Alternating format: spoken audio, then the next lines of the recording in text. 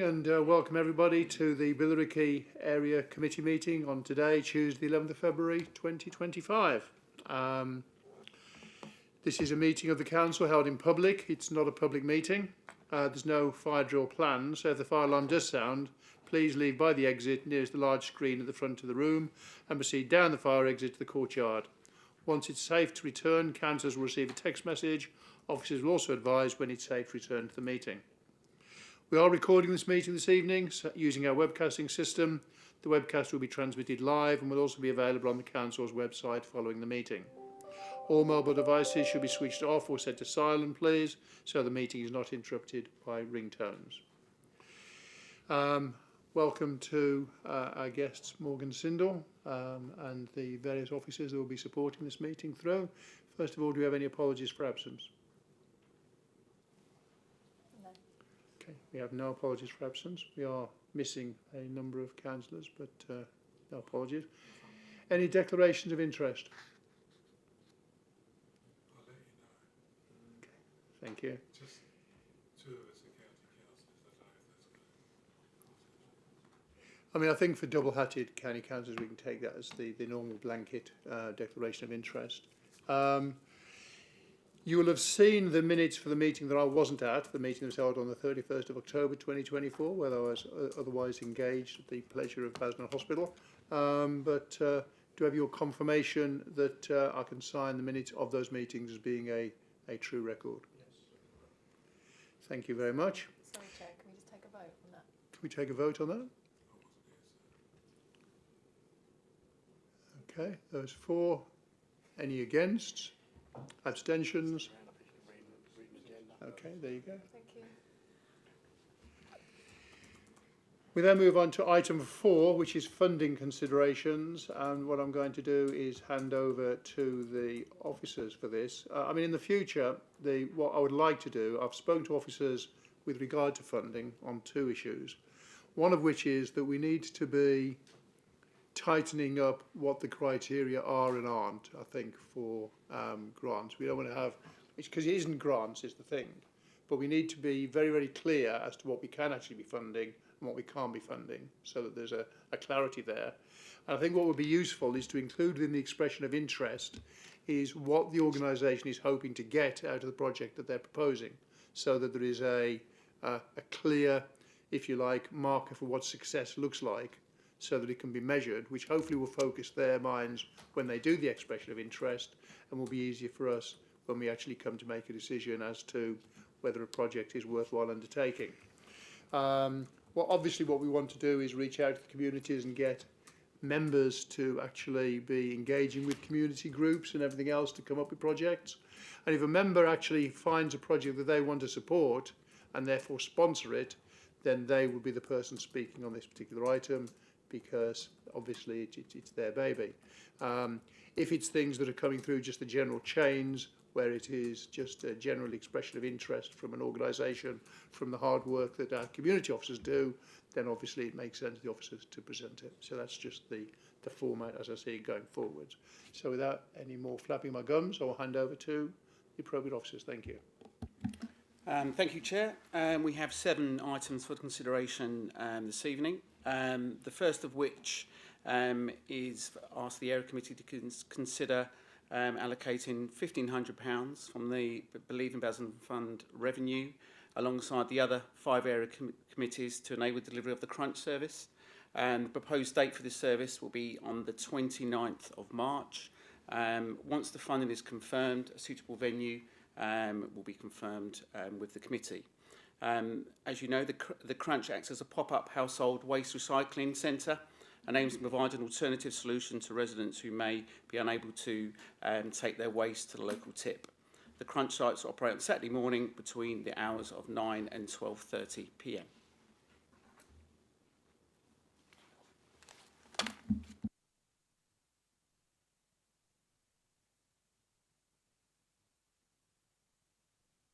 Thank you for that. Do any members want to speak on this particular item? Councillor Barnes. Yeah, more just a general comment really on this, and whilst I do support this because I think the Crunch has proved to be a success, I am concerned that this was sort of almost pushed through by the administration without really consulting the area committees before it was put into place. We were told at the chairman's meeting that it was effectively inevitable that this was going to happen. Now, whilst I think on this occasion we can support it, or I certainly support it, because I think that the crunch has been used by many local residents. I am concerned that there could be a precedent here, in the sense that what are potentially more core services start to be sort of forced through the area committee system without necessarily consulting those committees first. So whilst I think we can let it slide on this occasion, I do think we need to be mindful of that for the future. Thank you. I've got to say I totally agree with you. And when I was talking about the criteria for organisations to come forwards, I've had a number of conversations with officers with various projects and been told, well, you can't do it if it's something that is the responsibility of another organisation. So, for instance, if Billericay Town Council said we want to do something and we want money for it, but it's within their responsibilities to deliver, we can't provide the funding. And yet here we are, being asked to actually provide funding for an organisation that's supposed to be doing it effectively, which just doesn't seem to sit right. And while I totally agree that with Councillor Barnes that the crunch is something that we would want the residents to support, I'm not too sure that it is something that the area committees should be tasked to do. It's something that the king of the bins should actually be maybe tasked to do. Councillor Headley. Pretty much the same point, Leader. This should be a core activity of the waste service, and I don't think this is particularly within the spirit of what they call it, the Believe in Basildon Fund. I think if the crunch is part of the waste service, it should be funded as a statutory service. But if this is the only way we can get the crunch in Billericay, I guess we'll have to go with it.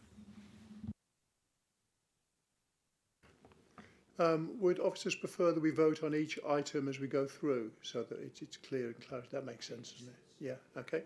Okay. On this item, then, those in favour, grudgingly though it might be. That's a grudging hand. That's a unanimous, grudgingly committed now to money. Next item, David. Thank you, Chair. The next item is a request for an investment of £9,800 to the Humankind Cafe from the Believe in Basildon Fund Capital. The Area Committee were asked to allocate this funding to deliver a community allotment which we built at the rear of the current cafe. For those who don't know, Humankind Cafe was registered charity since 2022. The cafe is a welcoming community space used by lots and lots of community organisations and residents.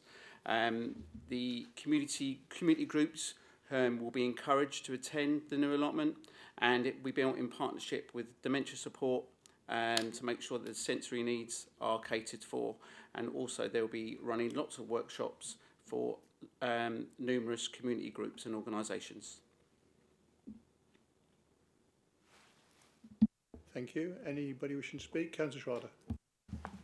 Can I just ask, so the intention is to construct the allotment at the rear of the premises. I mean, I've been into the Humankind Cafe, so I know what you're talking about. I mean, it's a sizable-ish area. Are there any planning considerations? Would they need planning permission to do this? Do we know?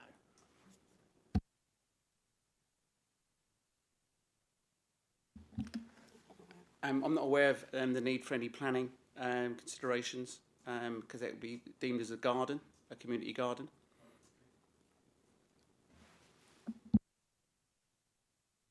I think it would be nice if it's within our remit to invite Humankind at some point to come and speak to this committee, just to actually elaborate on the sort of work they do and the sort of the projects that they're looking at in the future. And it would be good to engage with them in that regard. I mean, I know we will once the allotment is up and running anyway, but it'd be useful to extend an invite to them if that's possible.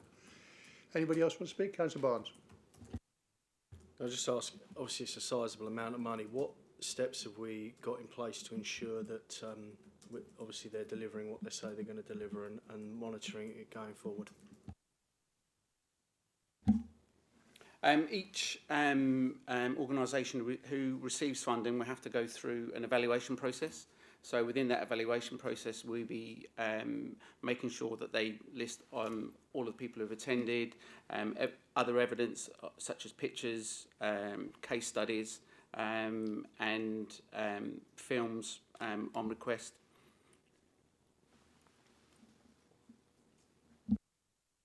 Any other members wishing to speak on this? Okay. Going to the vote though. Chair. Sorry, And, David. and receipts for any purchase of any items or services as well. I should hope so. Okay, putting it to the vote. All those in favour? That is unanimous. Thank you, members. Moving on to item 3, community pastors. Thank you, Chair. The third item is for a £5,000 award to the community pastors from the Billericay Believe in Basildon Fund. The community pastors work at the heart of the community and were previously known as street pastors. And they have a number of local volunteers who work across Billericay and throughout Billericay town centre on Friday and Saturday evenings. Their hub has recently gone through some development following a fire, and they are requesting the funding to purchase additional furniture and equipment which will enhance their community offer. The overall project is £6,000 and they've already received £1,000 via a grant from ELLC. The funding would support the delivery of training workshops and activities that promote learning, social interaction and well-being. Thank you. Any members wishing to speak on that one? Okay. All those in favour? Thank you, members. That's unanimous. We move on to item 4, Red Wing. Thank you, Chair. Item 4 is Red Ring Youth Football Club. They are seeking £2,775 from the Community Priority Fund for Burstead Ward. The football club has been in operation for over 20 years, and they're very proud to offer opportunities for children and young people to play sport and football. They currently run 28 youth teams for boys and girls, including 3 grassroots initiatives that see over 80 children participate every Saturday. They're looking for funding to purchase equipment which will enhance their club and offer, which will include a camera which will be used to record training and matches, and also a key educational tool, and equipment including goals, footballs and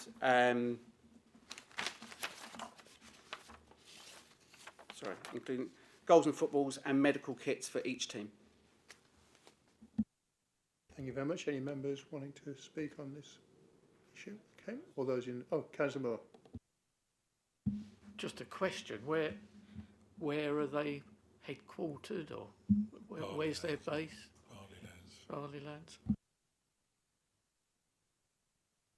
Any other members with any questions? Okay. All those in favour? Thank you. That is unanimous, which takes us to item 5, the Friends of Lake Meadows. Thank you, Chair. Item 5 is the consideration of £14,000 funding award to the Friends of Lake Meadows from the Believe in Basildon Fund Capital. The Child in the Park statue was originally installed in April 2001 and was part of Billericay Early Years for Millennium project as a gift from the children of today for the children of tomorrow. Sadly, on the 1st of September 2024, the statue was stolen, and I know there was hope that it would be returned. This increasingly looks very unlikely. Over the years, thousands of children have visited the statue, and it's a great loss to the park and Friends of Billericay. The Friends of Lake Meadows have requested funding towards the cost of a suitable replacement for this iconic landmark. Councillor Schrader. Thank you, Chairman. Yeah, it's a difficult one. As it happens, I took my son to Lake Meadows on Sunday for the first time. He's 9 months old, and we were walking around, and I suddenly spotted the plinth where the statue used to be, and it is incredibly sad that it is not there, and it does seem increasingly unlikely that it is going to come back, because as I suspect everyone in this room knows, it was stolen once before, and I think it was returned after about 3 months, or it was found again after about 3 months and was put back in place.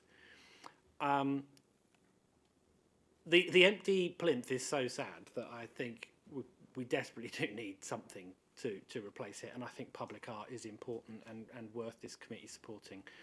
But I hope it goes without saying that we will need to work with the Friends to come up with a scheme for something that will add value to the park but be of no value, if that makes sense. Something that's not going to be attractive to thieves to steal or prone to being vandalised. So it's not going to be an easy job. I think it's worth doing, and I think we should allocate the funding.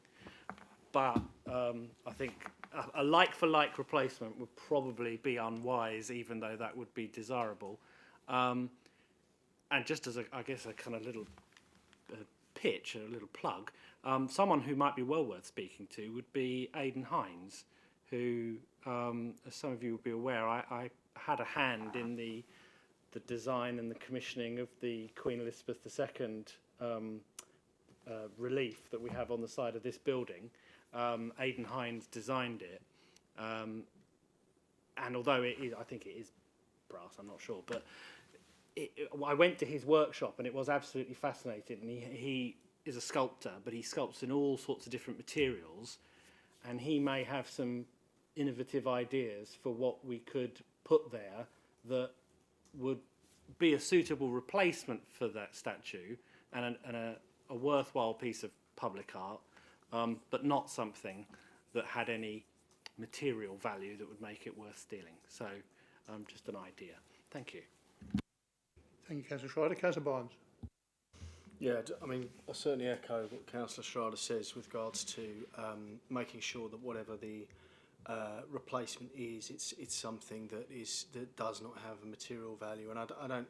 It'll obviously be for the Friends of Lake Meadows, along with the council and others, to decide exactly what form it takes. But I think it's important that we open our eyes to the other possibilities. So it could be something like a community garden. It could be something that takes a different form to necessarily being a statue. I think we're open to different possibilities. But what it does need to be, I think, is something that is permanent, something that leaves a lasting legacy, and something that we will be able to say this committee has delivered for residents. That there was a real tremendous amount of upset when the original sculpture was stolen.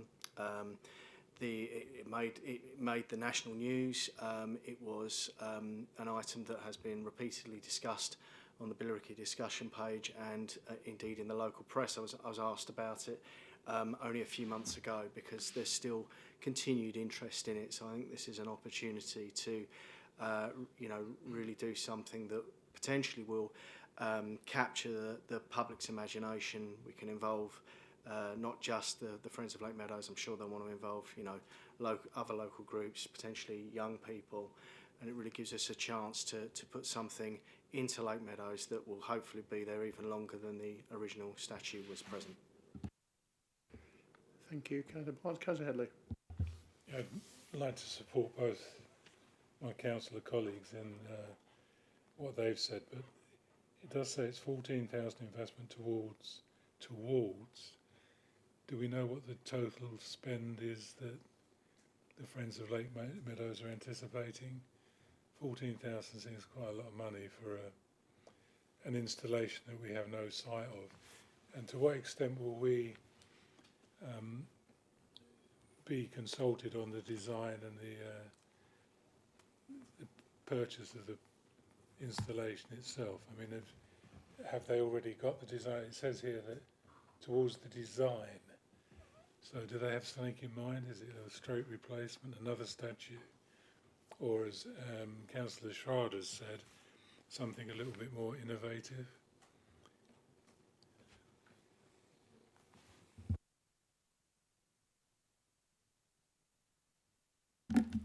Sorry, I did meet with Charles from the Friends of Lake Meadows, and he was suggesting that going back to the same designer who did it originally, because originally they worked with the schools and did it that way, but what he was saying was he was looking to go back to the same artist to see what the alternative was, not to use the same obviously materials as we'd used previously, but that's why they wanted to sort of like spend a little bit more time doing it to sort of find out what, rather than a knee-jerk reaction, just replace it. They wanted to sort of spend a little bit more time working with the artist again, just to sort of see what they could do. With the sum of 14,000, it was suggested that we put that amount to the side towards it. There isn't a proper cost at the end of the day at the moment, because he's contacting the artist as we speak, I'm guessing. Yeah. Yeah, I think that is a little bit woolly, if I'm honest about it. You know, it seems that they have in mind to use a specific artist. I don't have a problem with that.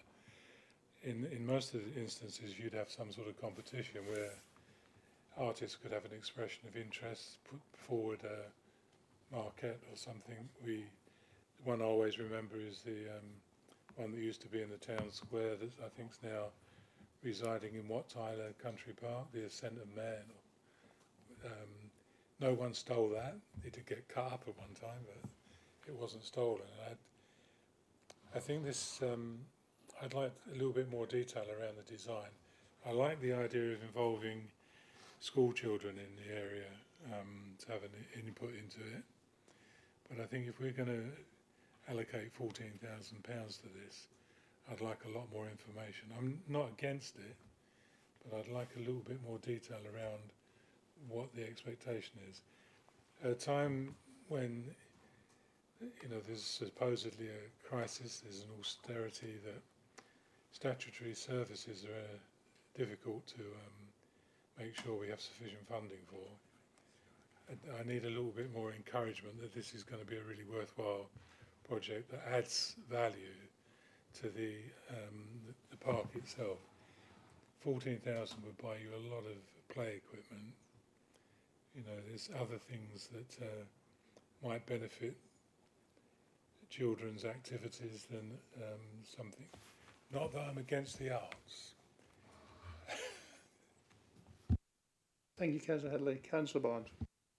Yeah, I think Councillor Headley makes a good point, and can I suggest that perhaps, I mean, if this clearly is a lot of money, it's something that there is a large amount of public interest in as well, and we obviously as elected representatives of the public, I think should have an oversight on this and should make sure that whatever is done is appropriate and does represent, well, does fulfil the purpose of being both a worthwhile piece of public art and represents value for money. So, I mean, I wonder whether we delegate it to you, Chairman, perhaps to have a discussion with the Friends of Lake Meadows, or perhaps they can come into this committee and give us an update, and we just ensure that we keep an overview on this particular project, because it is sort of one that has, I suppose, a unique level of public interest.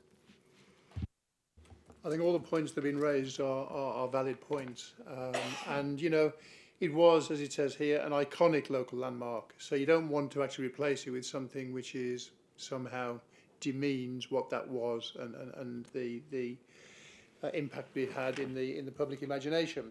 So I don't think it's unreasonable for us to say that in principle we are allocating £14,000 ring fence, subject to the concerns that have been raised, or the issues that have been raised by members quite rightfully, is then addressed. The way to do it, I want us to be functional. If something happens which means we need to make a decision, then it would be a delegation, because I can ring round and speak to people. I don't want to have to convene a committee meeting purely to actually then take it forward. So I'm sure officers are clever enough, and we have a robust enough system to be able to put that into place as to how we then take this forwards. But without a doubt, I think members are absolutely right. We need to have an understanding as to what it is. And of course, art is very subjective. So, you know, the artist might think he's got the best thing since sliced bread, and everybody else goes, doesn't even look like Ronaldo, you know, for instance. So we just need to make sure that we are getting something which the public would like as well. So I think the recommendation here would be then, in principle, that we will allocate the money subject to the caveats that have been laid down by the members. Are we happy with that? All those in favour? Okay, thank you. That is unanimous. Thank you again, members. Moving on to item 8. Is it 8? 8? 6, sorry. Thank you, Chair. Item 6 is a £6,000 investment to purchase 2 large planters on Billericay High Street from the Believe in Basildon Fund Capital.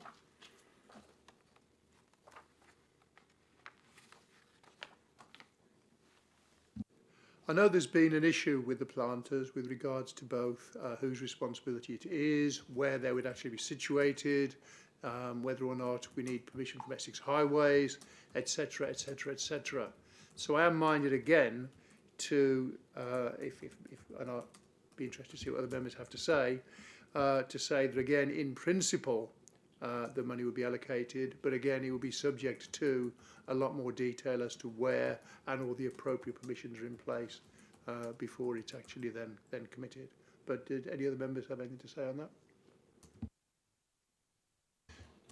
No, so then it would be in principle, but again, based upon the caveats that we've just, covered. All those in favour?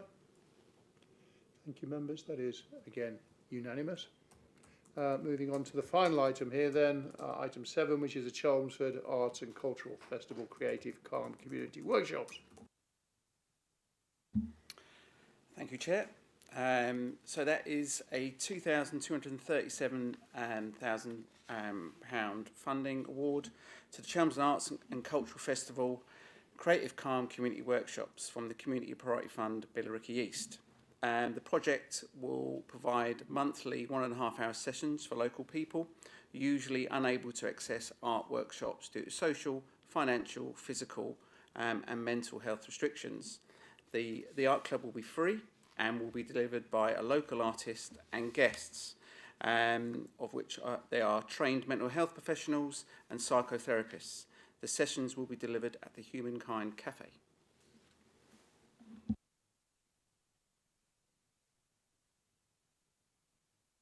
Councillor Barnes? Is it possible to get a little bit more detail on the actual funding amount, because it does seem quite high given what's involved?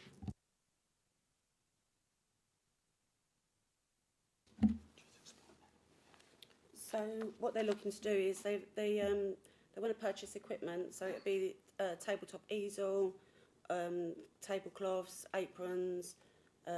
Plus they want to do like paint palettes, so a lot of equipment that they're going to need, which they have listed, items which obviously will be subject to the funding, so that we can hold them accountable and get itemised allocations. So yeah, so it's plus the artist's time, materials, etc. Is there a way that we have the ability to do an element of due diligence on that? Because, it is a significant, well, it's, in some worlds you could say it's not a significant amount of money, but £2,200, if, and I'm not saying they would, artists come down and expect to be paid huge amounts of money for giving up their time, which means that the majority of the money has then gone on to funding the artists as opposed to the project itself and the materials, that isn't actually a good use of resources necessarily. So is there any way, or is there a check and balance that we can put to make sure that it's an appropriate use so that the money is used appropriately?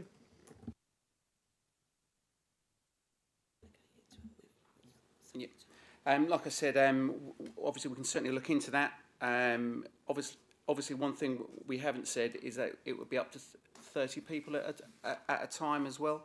So obviously when you divide the number of people by the total cost, it does look a bit more favourable. But by all means, again, I can do some more due diligence and analyse all of the figures which they've shown, and I'm happy to share that with all the councillors as well. Yeah, thank you. Okay, Councillor Schrader.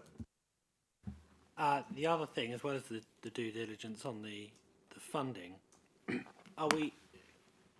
do we have any way of measuring the success of the project itself in terms of how many residents benefit from it, etc.? Because obviously with things like the Red Wing funding, they're a football club, they're buying stuff to play football, so that's very clear. Whereas obviously this might be a bit more subjective in terms of how much take up there is, etc., etc. So do we have any kind of KPIs in place to measure whether, you know, this has been a successful project and something we might want to fund into the future? Yeah, thank you, Councillor. Like I mentioned earlier, that all the projects were funded will be evaluated through an evaluation process at the end of the project, where obviously we'll be able to look and analyse what the impact has been. This will include pictures and case studies on request, which will be presented back to the area committees on conclusion of any programmes which are delivered. Councillor Barnes.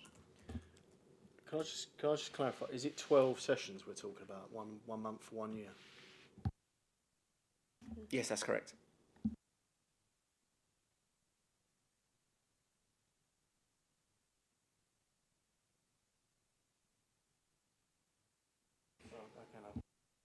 Go on, Councillor Barnes. Can I just say, obviously 30 people is quite a lot.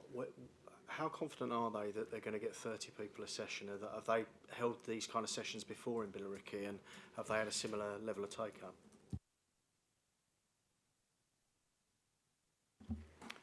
They haven't done this in Billericay before. This will be a new project to Billericay, but they have done similar projects elsewhere in Essex.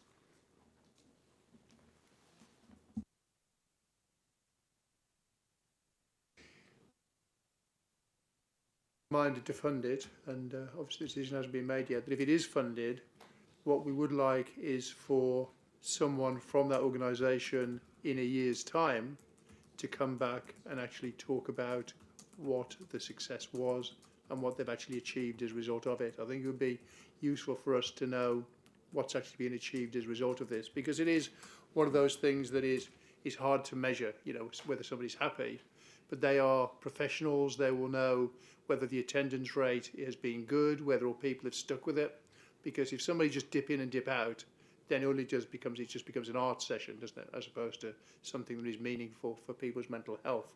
So it would be useful to get some sort of litmus test at the end for that. But we'll see if councillors first of all are minded to support it.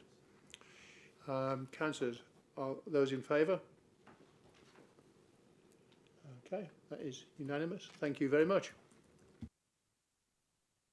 Thank you, officers, for your time today. I don't know what the normal format is, but if you want to go now, please feel free to pack up and leave. I'm sure that we'll then move on to the rest of the agenda, which is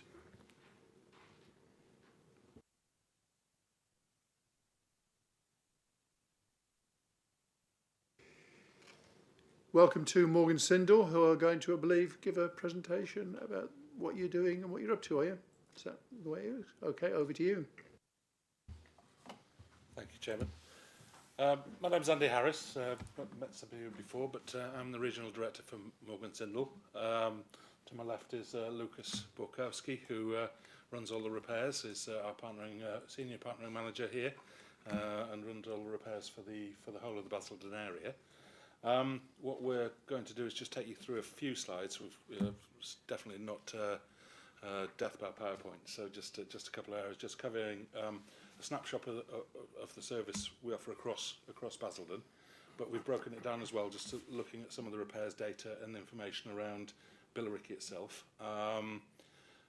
Some improvements that we're making or have made, and then sort of widening it out to looking at how we're hoping to obviously show you what we've done in supporting the community, and also obviously looking for other areas to improve on that as well. So, and then we'll deal with any questions that at the end, if that's all right. So Lucas is going to take us through those slides. That's okay. Thank you, Chair. Right, so 2024 was a very busy year, full of challenges and successes for Morgan Sindall. Our small team raised 87,000 jobs. Received 87,000 calls, and on the back of those calls, we raised just shy of 40,000 jobs. 85% of those jobs were actually completed on the first-time appointment. That resulted in 86% of customer satisfaction. We managed, as part of the successes I mentioned earlier, we managed to reduce the waiting call times from 19 minutes down to 3 minutes, and average time taken to complete the routine job from 40 days down to 22 days. Out of those 40,000, 4% of jobs that we had basically resulted in complaints. This is in comparison with nationwide numbers of 7% and London numbers of 9% based on the English Housing Survey for 2024. I believe that's quite a good result. Obviously, we're working hard to further reduce those numbers. We're offering currently, as a part of our, actually allowing residents from Basildon Borough better access to the service that we're offering. We are currently offering drop-in sessions. There was so far just over 20 sessions. They take in place every week on Thursdays in this very building. We had more than 200 residents visiting us. On the back of those, we raised a similar number of repairs and completed already 164 out of them. So we've deemed those sessions being very successful.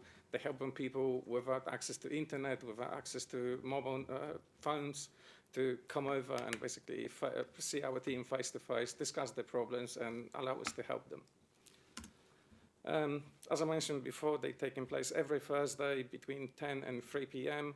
In this very building. We actually tried to offer as well a weekend service. Unfortunately, there was not much interest, so we decided to stick to Thursdays. For the Billericay itself, for total of 2024, there was just shy of 2,000 jobs raised. 89% of them were again completed on the first appointment. 89% of all the appointments actually that we made with the residents were kept. That resulted in 86% of customer satisfaction rate. Again, out of those 1,900, there was only 13 complaints through all of 2024. That's less than 1%. Improving our service, as I mentioned earlier, we actually, reviewing what else we can do for the community, how we can actually improve the communication with the residents. So, as a result of that, we introduced those drop-in sessions, and we actually exploring other avenues as well. We trying to work out better approach and improve our complaint and disrepair processes, and further reduce the completion times, with view to align them at some point this year with the regulations that will be introduced later on in a year. Okay, just a little reminder about the social value. It's just a quick highlight what we did since the start of the actual partnership. So nearly £3 million wellbeing was created between 2020 and 2024.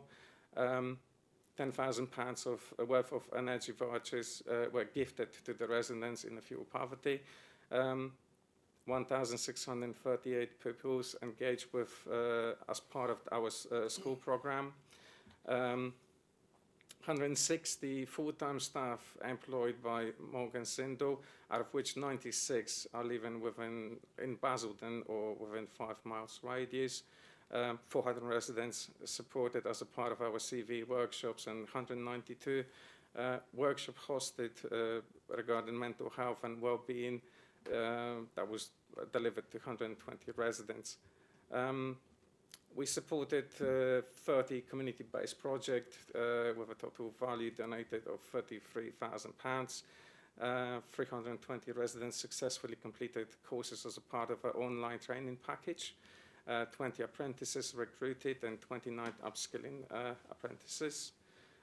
We supported 7 estate days as part of a Safe and Sound initiative, as well as 100 residents who took part in our digital inclusion workshops, and 23 SME within our supply chain, providing employment for our 80 employees.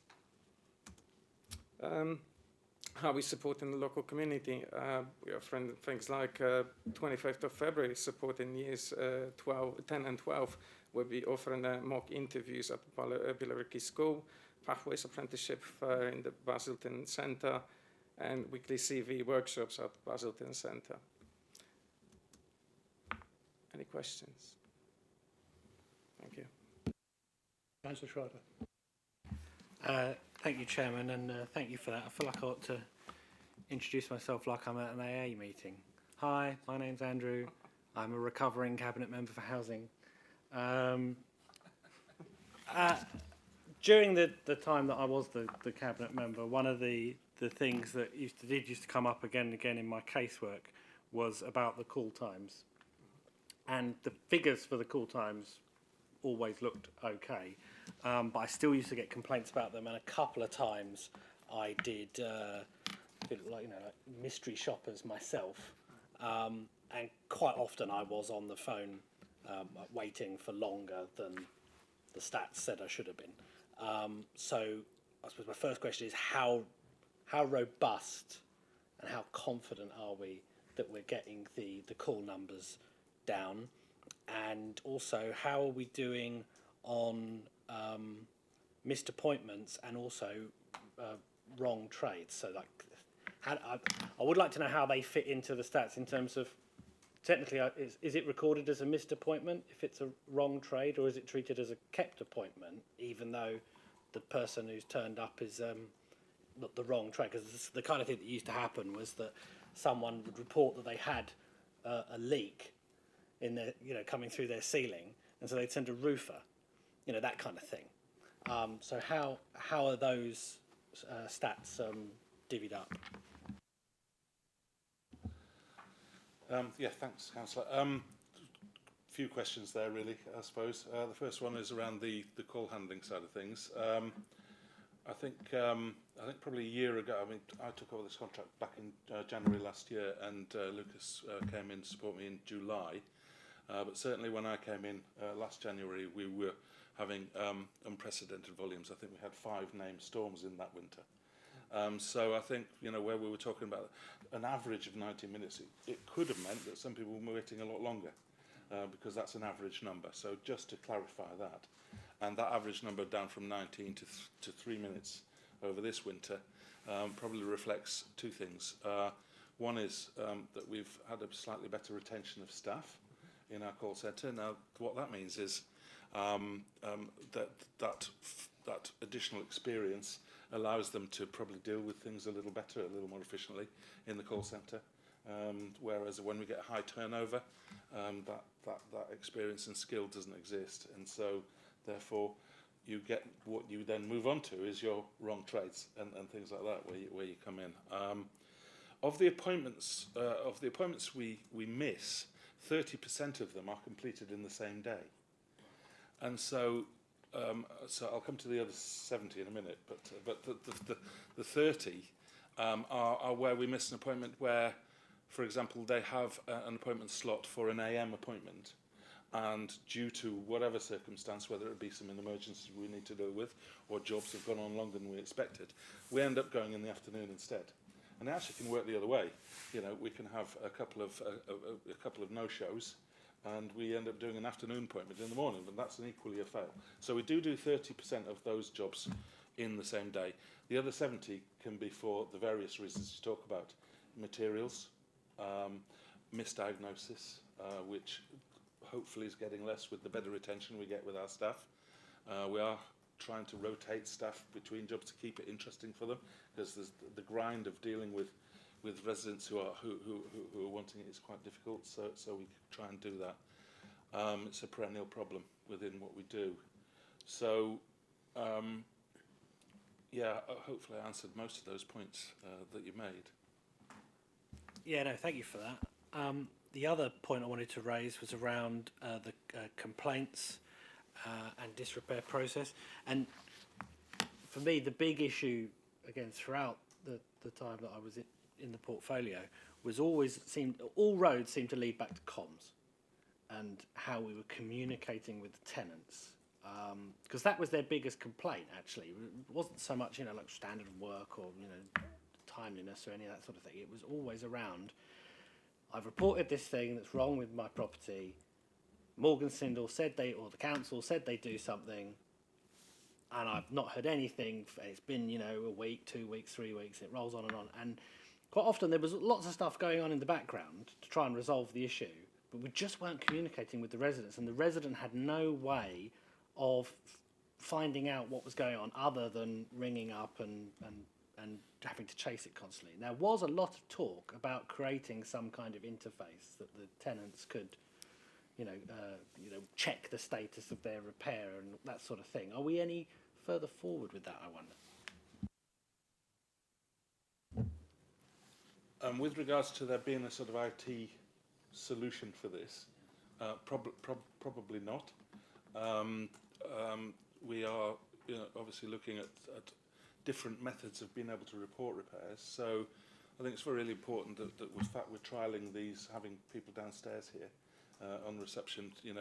Hopefully we'll widen that out, and it will give people another way of being able to question where they are with repairs and so on. With regards to complaints process, it's something that as part of the strategic course or the partnership group that we are reviewing those. Hopefully we're going to be taking a bit more of a lead role potentially in certainly the complaints process with regards to a lot more where there's a lot of links, there's a lot of breakage points, and so by reducing the amount of links, so you've got to do that phone call, then you send a letter, and then we do a repair, and you send another, and it all becomes those breakpoints. It's reducing those breakpoints. So we are in the process now, very shortly, hopefully, of getting that sorted out. So instead of having 5 or 6 switchovers between ourselves and Basildon officers, we only have 2. And so the communication breakdown that you talk about happens in those breakpoints. Really important. Disrepair is slightly more complicated. Obviously, there's a lot of legal responsibilities that sit with yourselves, and you need to manage them. But it's how we can support you in being able to do that as well. And I think there's obviously still quite a lot of work to do with that. It's risen massively in terms of the amount of disrepairs coming in because of, as you know, the activities of law firms looking for looking for paydays. So that's probably tripled in the last year. And when you look pre-COVID, disrepair was virtually non-existent, and so I think we're still all jointly learning on the hoof here, and we need to put more resource into that, as do we all, because it's becoming much more of an issue. Thank you. Councillor Barnes. Thank you, Chairman. Following on actually, on in terms of complaints, can you tell me how are complaints actually measured? 4% seems very, very low.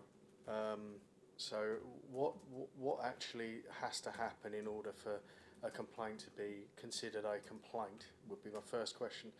The second question, if somebody complains multiple times, does that still stand as one complaint, or is each complaint taken as a separate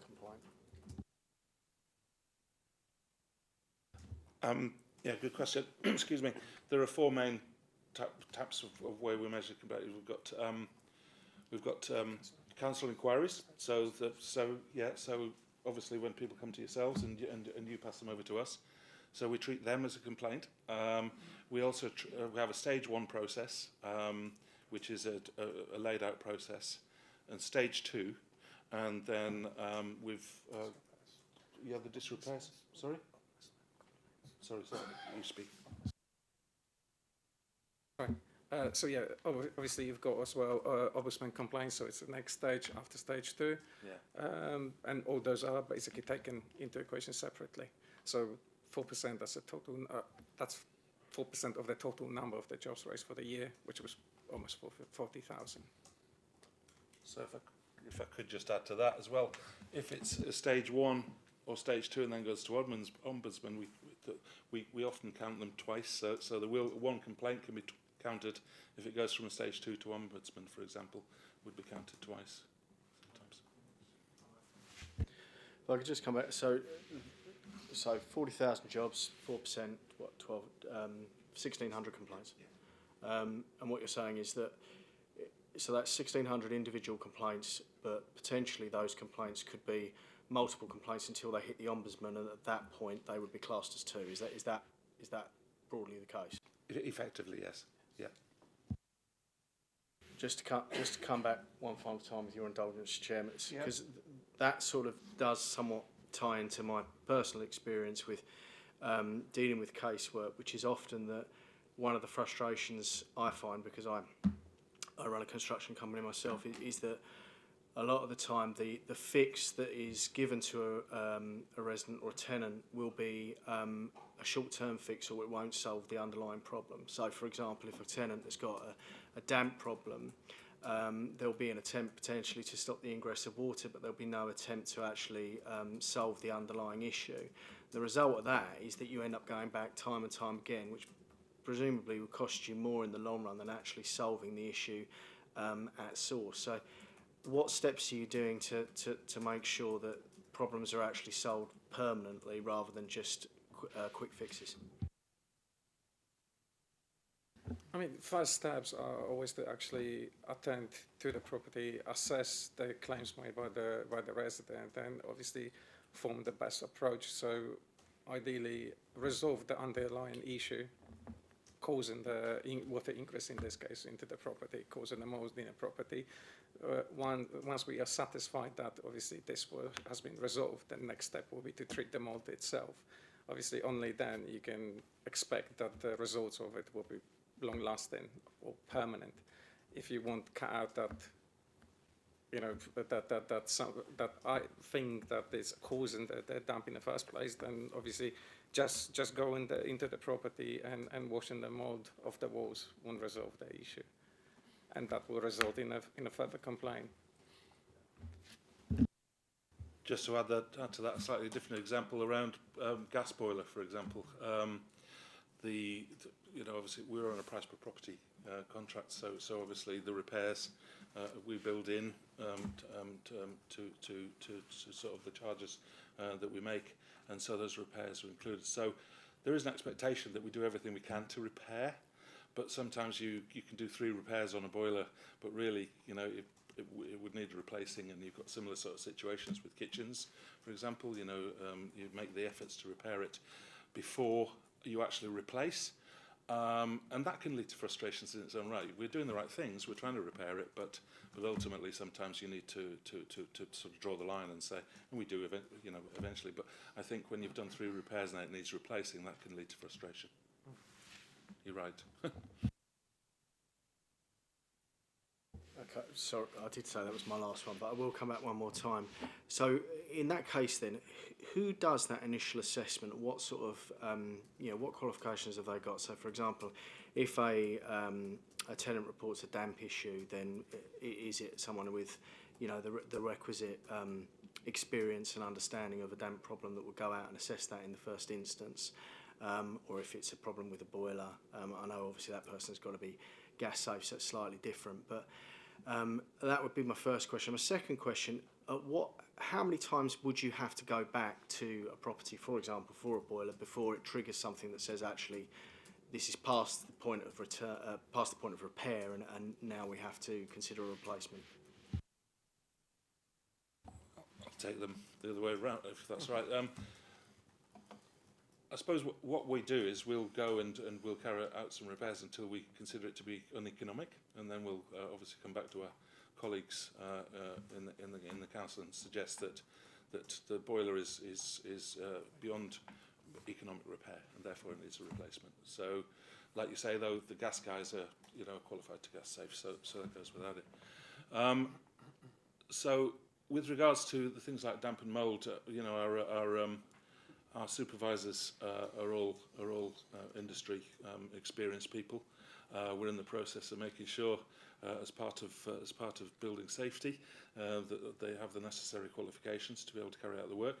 They might not be specialists, so it might be that we get to a point where a damp issue can't be identified. So it's not just a simple water ingress issue; it's something else where we need to then obviously talk with our colleagues at the council and get specialist support in to advise us what to do. Anything to add, Lucas? Sorry. Thank you. Councillor Blake.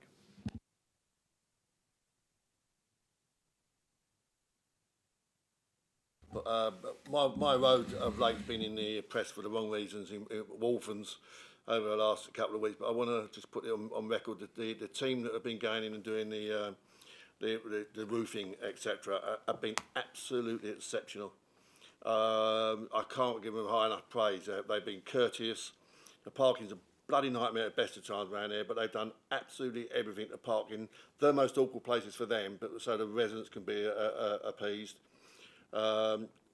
Even to the extent, probably tell them off now, I had one bag of rubbish I was going to go down a tip for, and they said, if that's all you've got, just put it in. They even lifted it in for me.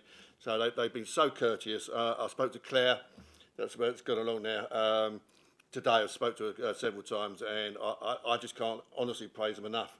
Their singing's a bit bad when they're on the roofing, I accept that. Maybe that's the only criticism I've got. But none of them for that, they've been absolutely superb. If you can feed that back to them, it would be really much appreciated. I spoke to Claire and she said there will be a questionnaire going out, and I would encourage as many people to fill it in. But she's also been absolutely spot on as well. Thanks for that. Thank you. Yeah, thank you, Councillor. It's nice to get some positive feedback. Obviously, that's planned works, and obviously quite often a lot of the conversation is just around repairs. But you know, we do a lot of the planned works, roof replacements, kitchens, bathroom doors, windows, etc. And obviously look after the servicing of gas boilers and void properties again, which is good. But it's always the repairs that sort of becomes the dialogue point, and we appreciate that. Yeah, thanks, Councillor Blake. Good cop, bad cop now, because I've always sat at meetings like this, and then I roll my eyes when a member will suddenly go into a big, long speech and go into minute detail about a particular casework. So I'm not going to do that. But what I have noticed, and I've got one particular casework that I've been dealing with since the 31st of August, which is the first time the lady contacted me, and the last time was last night. And what it appears to me is that when you do get problem cases where something will go wrong, and then that something is compounded, and it goes wrong and it goes wrong and it goes wrong, to the point where you've got this litany of all the different things that have gone wrong for the resident. How do you actually get to the bottom of these and actually deal with them and root it all out? Because sometimes these things just stretch on and on and on. The resident then becomes disgruntled. That then leads to complaints eventually, because at some point they're going to say, we're going to the Ombudsman. So how do you deal with these endemic situations where there is just something that is clearly going wrong, where it becomes a cascade of error and calamity? Thanks, Chair. Right, to be honest with you, every now and then, yeah, something like that will happen. If we receive a phone call from resident who's not happy with the service they received, and we didn't manage to address whatever issue they face in over a reasonable amount of time, then straight away I would send one of my supervisors. That's why we split the whole borough into 4 different separate areas. Every area has got this designated supervisor and designated team of engineers carry out all the repairs in that area. I would straight away send one of my supervisors to basically have a chat with that resident, see what the underlying issues are, why they're not happy with the service they received so far, and how we can address that, how we can resolve that for them. Okay, thank you. If I could just add to that, it's like Lucas introduced this sort of area thing when he came in July. Generally, because it's quite a small patch physically compared to a lot of social housing patches, this was treated as one. But I think by splitting it into those 4 areas, it gives a greater understanding of the knowledge of the properties themselves, and also a greater ownership around picking up these difficult jobs that come in. You know, it is. I'm afraid typical of our business that you get something goes wrong in a property and it seems to compound, and unfortunately it's having people that know that property and perhaps know the people, whereas we perhaps don't do that when it's a more universal service. No, thank you. That's useful, and I do thank you for taking the time to come and speak to us today, and share the experience. Just before we sort of close the item, as it were.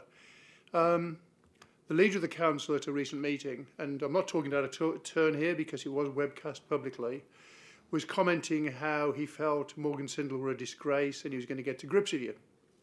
So what actual sort of conversations are taking place right now, and what changes do you think you're going to make as a result of that? I mean, I won't comment on you know, on him calling us a disgrace and things like that. I mean, we have had an improvement programme in place really since July, and we've reduced a lot of the works in progress. So we had sort of 4,200 jobs in works in progress. Typically, we'd expect to probably have about 2,500, which would probably have us all with, which gives a month's workload, which enables it to go ahead. So we've had those conversations. That improvement plan has been put in on the back of it. We took it down from the 4,200 to the 2,600 in November, which was what we promised to do. And as we've shown, the problem that we have is that a lot of noise gets caused by the types of cases we talked about. And what we're really bad at getting across is some of the good stuff that we do, and that includes to the leader. And I think a lot more conversations are taking place about how we communicate better, because we're in a big building company, but we're still not actually that good at communicating, and I think that's really important. And a lot of the conversations we're having with the leader are around communications and getting this good stuff across. No, thank you. I mean, because it does seem that you've had this plan in place since last June, which is good. So the trajectory is moving in the right direction, and that's the key thing. And you get to grips with it. So again, all I can do is say thank you very much for taking the time to come and speak to everybody today. You can please feel free to stay if you want to, or if you want to leave, please feel free. Forgive us if we leave. But, oh, no, please go on, go on. We have the last item, I think, which is, I believe, Mr. Hendry.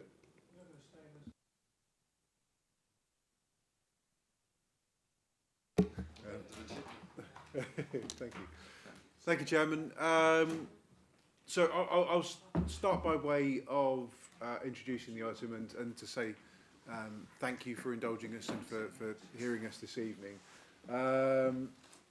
I've brought a colleague with me who will be familiar to you from his many years with the council across a number of roles, but he's new to the role that he's performing at the moment. So I'll go into a bit of background around that. And essentially, obviously, there have been quite a number of changes to council personnel over the last 18 months. And part of what I'd done from taking on some additional duties last year, including parks and countryside and all the good work that was being done in that area, was look at my teams and say, how do we prepare ourselves for the future? How do we align ourselves to what the borough needs both now and over the next few years? And part of what I'd looked at with that, and I'd had a number of conversations with roadshows with the teams themselves, but also talking to community groups that we work with, and as many people as I could get around and talk to. And I looked at the team and the structure and the way that things were working, and essentially what I put in place was moving the services within my span of control into two camps. We've got services that are delivered uniformly into the same standard across the borough. They include things like waste collection. It's the same level of waste service across the borough. We just provide that, on different collection days, but ultimately it's the same level of service across the borough. So I've kept those services as borough-wide services. That includes things like environmental crime, environmental enforcement, all of the back office support, transport, vehicles, all of the things that just happen to the exact same standard across the borough. And then I've grouped together what I've termed neighbourhood services, and they are services which really impact the look, feel of the places we all live. So they're called neighbourhood services because they're delivered on a neighbourhood basis. That includes our parks and countryside services. That includes cleansing, pride teams, and so on. And also things like where we've got allotments, we've got trees, we've got things that really affect the amenity and the place that we all live. It affects the way that we feel when we're walking to the shops, when we're going to work, when we're taking the kids to school. All of those things, it affects the way that we feel about our community. And part of what had been fed back to me by the teams, and part of what I'd seen, was around that reconnecting our teams with the place that they are working in and the residents that they're serving above all else. To help support that change, I'll reintroduce Rob to the team. Rob will be familiar to most of you from his time across many services within the council. Rob is heading up my neighbourhood services team. So part of what we wanted to talk to you about tonight, and to invite questions, and this will be the start of a series of conversations that we hope to regularly, particularly Rob coming back to these meetings, giving you updates on how we're getting on, but to provide that direct link into this area committee, to your ward members, and ultimately to the residents. And part of what we want to talk to you tonight is around the changes which we've put in place from the beginning of January, albeit Rob's only joined, Rob only started in his role on the 20th of Jan, so it's only been 2-3 weeks now in the role, Rob, so we're really starting to get to grips with that. But the first thing we've done is move the teams, move our cleansing teams and our pride teams together, but basing them in an area so they are much clearer around what they're doing and accountable to those areas, rather than moving around the borough day by day. So I'm not going to steal Rob's thunder. I will pass over to Rob, who's going to talk about some of the work that we've been doing in that place. But really tonight's a bit of an introduction to say we are working in a slightly different way. The team has a slightly different setup, but that is designed for our teams, for our staff, to be closer to the areas that they're looking after. From my own experience, from the feedback that I get from my teams, they derive a lot more pride when residents in the area know them, when they can talk to them, when they can be plugged in to what's happening on the ground, and rather than being in, say, Billericay one day and Langdon the next day, they form an affinity for an area, and it enables them and empowers the teams to say to Rob, well, actually, Rob, rather than picking a road that's on my schedule for today, that I know is on my schedule every week, that doesn't need picking today, can I get in and do a different bit of work instead? Can I go in and deep clean under a bush, or cut something back, or do something that makes a real difference on the ground? That's something that we want to empower our teams to have, that connection to the area that they're serving. So I'll pass over to Rob, who's going to give you a bit of a summary of what he's working on, and there's plenty of opportunity to ask questions at the end. So thank you, and over to Rob. Thanks, James, and good evening, councillors. What Rob needs to get better as his presentation, it's coming up. I was worried that I wasn't up. So yeah, some of you might know me from previously as a Parks and Countryside manager. So is it not sharing? It's not come up. That's what Rob's got to get better at. Never seen me before. Never heard of it.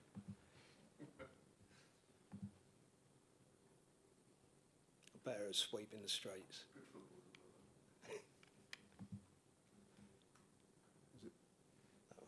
This one? Yeah. No.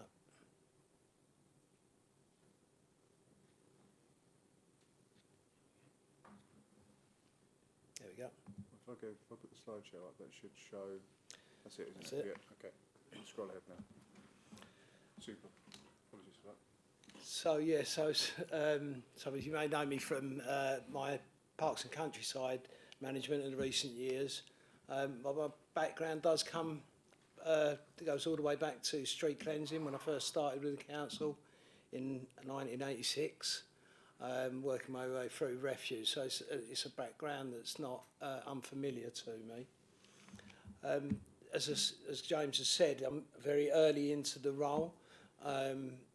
Working with the team currently, I want to undertake a review. That review is in process at the moment to look at the provision, where we're placing our resources, to prioritise our resources. We're also doing route mapping, where that enables us to hit priority areas to meet the EPA standards. So we'll use the EPA Environmental Protection Act grading system for judging our improvements and our frequency of visits for areas, whether that be shops. So when we're suggesting high impact areas, it's areas of high footfall. Need to prioritise with those, and then working out on a wider areas to look at making improvements even onto our back alleyways, some areas that are sometimes forgotten. We're looking at implementing new routes, what they might look like in May. I'm also setting out a plan over the next 12 months that's in draft at the moment. I'm building that with a number of other officers within my service that will give us a fuller picture over a full 12 months. But we're hoping to roll out the implementation of the new routes in May. That's our target. Another large part of this role is our grounds maintenance service, currently managed with ID Verdi. So I've been managing that contract. However, there are 3 options that have been taken to Cabinet for either an in-house service, stay the same as we are as outsourced to a contractor, or a LATCO service, creating our own business style option. So the 3 options, that's going to Cabinet in March this year, next month now. And the decision of that will be what my second phase of the plan for the next 12 months is, how we'll set ourselves up to deliver whatever that option might be. Again, that will be targeting specific areas. I think what I think is really important, certainly within our parks, is targeting areas of recreation and getting the right balance between biodiversity and recreation. Equally, our streets, where we want to see our streets tidy, but striking the balance, always looking to strike the balance. So that planning for the future, that's already in place, dependent on the outcome as how we will structure ourselves, depending on that outcome in March. Implementation is for that would be, whatever that looks like, is April 2026. Then there's the team. So within the team there is currently the mechanical sweeping. There's beat sweeps that we'll be launching out within the new routes. Mobile teams that will be supporting the beat sweeps and also taking routes of their own. Graffiti teams, and equally we've got our pride teams within each area. There is the allocated supervisor for Billericay, and that is Mark Aldridge. Mark Aldridge, I've known Mark for many years, and he's someone that's very familiar with Billericay, and has certainly a background within our parks in Billericay, so he comes with lots of experience. That's really all I had at this stage, but I'm happy to take any questions. Councillor Headley. Yeah, thank you for that. You mentioned back alleys. Yeah. So the alleyways through particularly estates on Queen's Park, they do get overgrown. It would be most helpful if when they're cut back, they're done very close. Do you liaise with local residents who may actually own the hedges, and is it their responsibility, the council's responsibility? And once you've cleared the vegetation, many of those footpaths are in bad repair themselves. There's always this to and fro. Is it Basildon Council's responsibility? Is it county's responsibility? Is it no one's responsibility? Is there any way of coordinating the repair of the footpaths? Because a lot of the footpaths are part of the problem, particularly where they've been damaged by tree roots and that sort of thing. So is there going to be more coordination between you and county if it is a county problem? And we always get the excuse that we can't do anything because it's a bird nesting season. So can we make sure that we do the pruning in advance of the bird nesting season? You won't have to do St Peter's School because they've now put a fence up. So at least you've got that one off your books. Thanks, Councillor. Nesting birds is always a challenge within our pruning schedules. That with our climate and the way weather conditions change, that's only extending now, that time for nesting birds. But nesting birds, it's willful disturbance of nesting birds. So you know, there is opportunities to prune in times where what you might call nesting season, but as long as a thorough examination of that hedge has been undertaken, ensure there's no nesting birds. That said, our programme's got to be right, and that's something that we've got to set up. We need to have good cyclical maintenance, reductions in areas where we're going to get encroachment, where we know we're going to get encroachment. That's something we've definitely got to target. And as for working with Essex County Council, yes, I think that's one of the reasons why we've got the 4 areas, the 4 area supervisors. So they got that that knowledge of their area and the closeness working. And so yes, we would certainly, if we're exposing a damaged path and it is an Essex County Council path, we'd definitely be liaising with that authority. Thank you, Rob. And I think, Councillor, just to add to Rob's points, what the aim of doing this is that where we are seeing those matters repeatedly reported to us by teams, by residents, and by our area supervisors, it gives us more heft to be able to take to the Highways Authority to identify the problems that we've got, and for me to use use my role to try and raise that up with the relevant people at county as well, particularly where it's county land that we're experiencing the issues with. I know we've been doing a fair bit of work with them recently on high hedges. There's been a fair bit going on across the borough, so for me it's about how we build that in and then use our collective strength to say these are the issues that we've got, rather than the symptoms. Actually looking at the bigger structural issues where we've got pavements across the borough that do need repair. Councillor Schrader. Thank you, Chairman. Yeah, I do have some questions. Although just to echo the point that Councillor Headley made, it's interesting you mentioned footpaths and alleyways and stuff. There must be loads in Billericay East, and yet I never hear about any of them except for the footpath that runs from Stock Road to the Bridal Estate. I get complaints about that one every single year. So that if we could inject a bit of use the intelligence that we have to preempt some of these issues, that would be great, because this is clearly a particular issue with that footpath. It just grows quicker than everywhere else. I don't know. I wanted to ask you. You mentioned this. The report that's going to Cabinet in March, and it's not terribly surprising.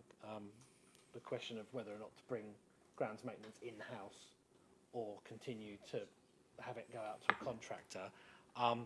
Certainly from speaking to certain members of the Labour group in the past, I would have assumed they'd be in favour of bringing it in-house, but that was under a previous regime, so I don't know if that's still the thinking. But I've never heard mention of this idea of having almost like I guess you're talking about like a wholly owned company that we could then outsource that service to, I don't know, other authorities or whatever.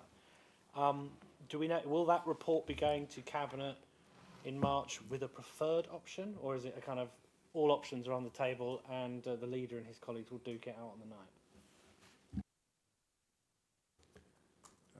night? Thank you, Councillor. So there was a task and finish group commissioned last year, which Councillor Mordecai, you sat on, didn't you? And that fed back a number of recommendations. It looked at the different ways of delivering it, and it built on some of the work that we'd done previously in that space. The 3 options were costed, and we were asked to go away and say, okay, right, they've been costed, the options are there.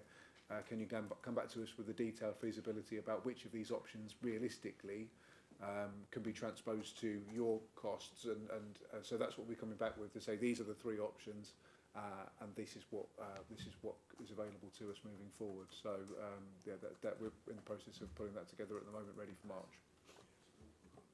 Yeah. All right. Thanks for that. The other thing I wanted to ask was, you mentioned mapping and routes. Is that just for the street cleansing and the Pride teams, or is that going to include the waste collection service? Thank you, Councillor. So it builds on the work that we've already done within waste and recycling. We've done some route optimisation there. We're doing some work on in-cab technology, which is due to be launched this year. So we're learning from that larger service, and then seeing what things we can apply and replicate across over into the other services. Obviously, the services in Rob area are almost made up by a number of different component parts. So we talk about things like street sweeping.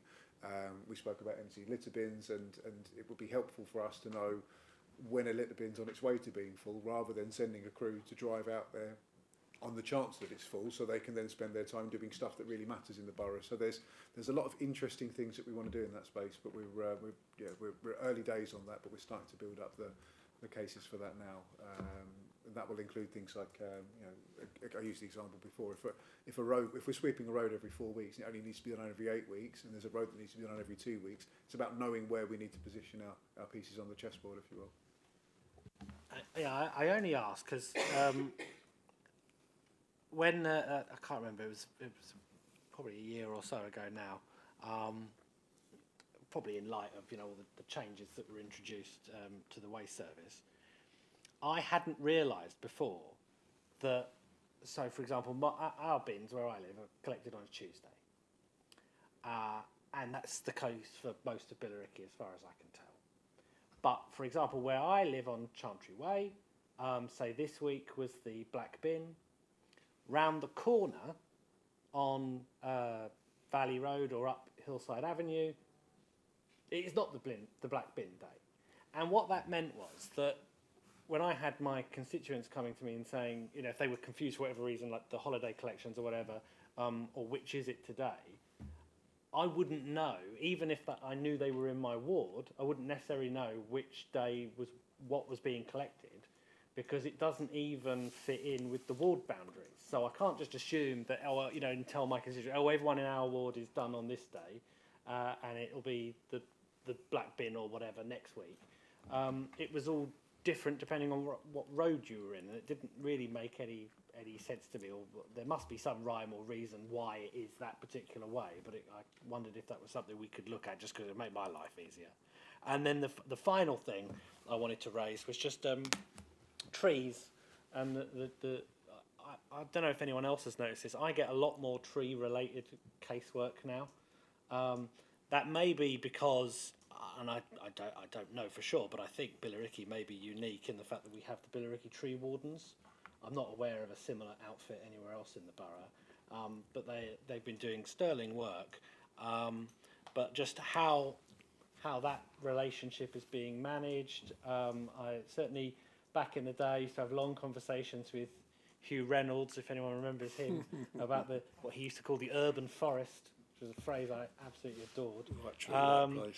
But one thing, for example, was through working with the Billericay tree wardens, I discovered just how incredibly labour-intensive and time-consuming it is to get a TPO, to get a tree preservation order. It's a really big piece of work, and obviously what happened in the early days of the tree wardens was they were wanting to get TPOs on loads of trees. They had like a whole shopping list of trees that they had identified that they wanted to be TPO'd for the not unreasonable grounds that they were concerned about, obviously, all the increase in developments and lots of trees were being felled somewhat surreptitiously.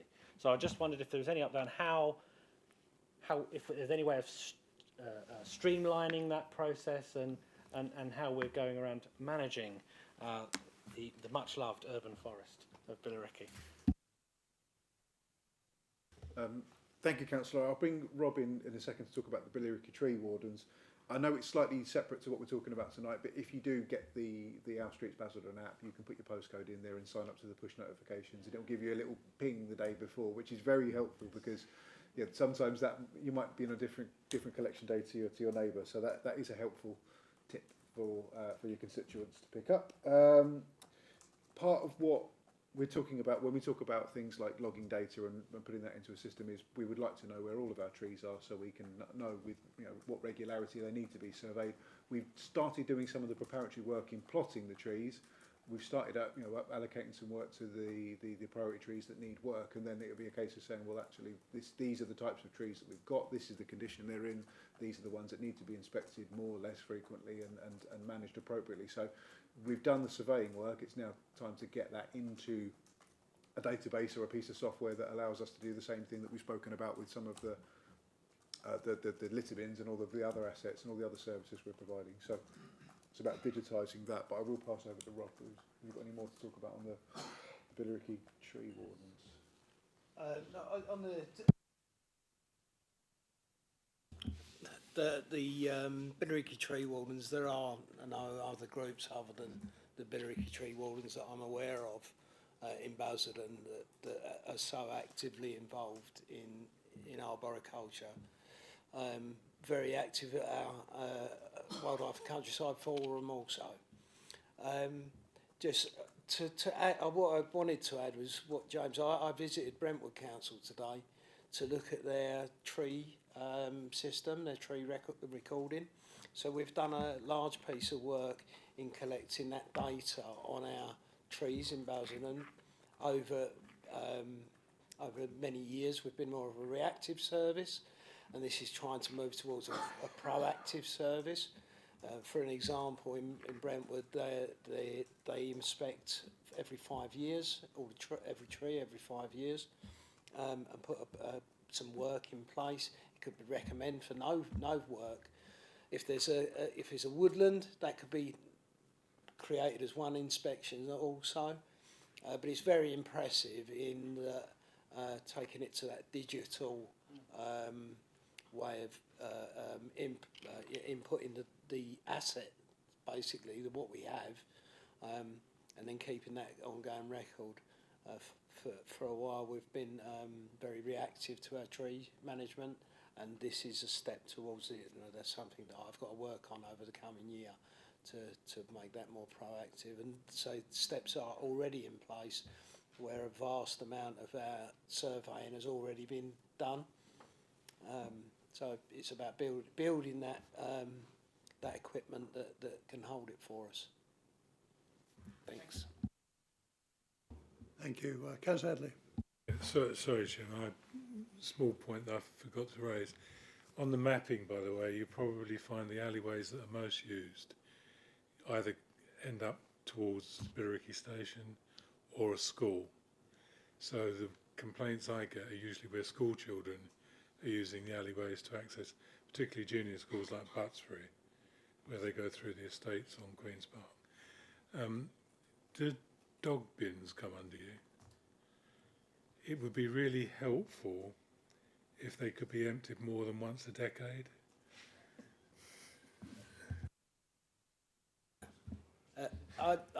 If that is the case, I'm sure I can improve on that.